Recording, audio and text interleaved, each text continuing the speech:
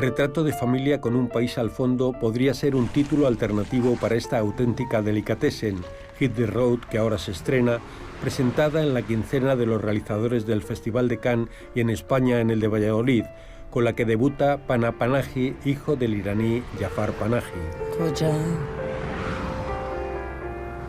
Mordim. Una sorprendente, deliciosa y por momentos divertidísima road movie que cuenta sin grandes explicaciones las peripecias de una familia pintoresca acompañando al hijo mayor hasta la frontera con Turquía para que salga clandestinamente del país. ای بابا مگه 16 سالمه این کارا رو میکنی؟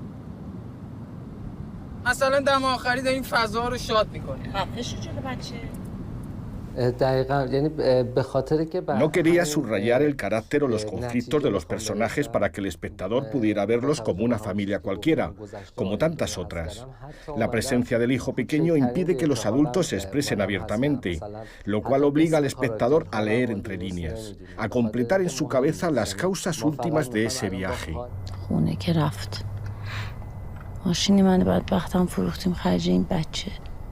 این بچه‌م که داره میره فقط تو میمونی اون جغله فکر آینده هستی؟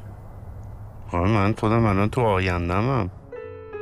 Hit the Road es un viaje a través de los diferentes paisajes del país que la cámara de Panahi acierta a mostrar en la plenitud de su belleza, con encuadres y cadencias que evocan sobre todo ciertas películas de Abbas Kiarostami y esboza también un viaje existencial a los dramas interiores de los personajes, a sus incertidumbres y sus temores, que derivan reflexiones sobre la realidad y el propio cine, materializadas, por ejemplo, en una cita de 2001, Una odisea del espacio. میدونی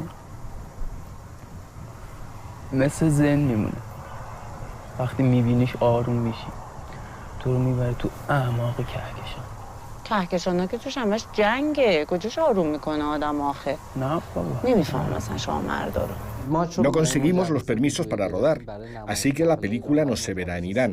Está llena de situaciones y de imágenes que la censura no permite.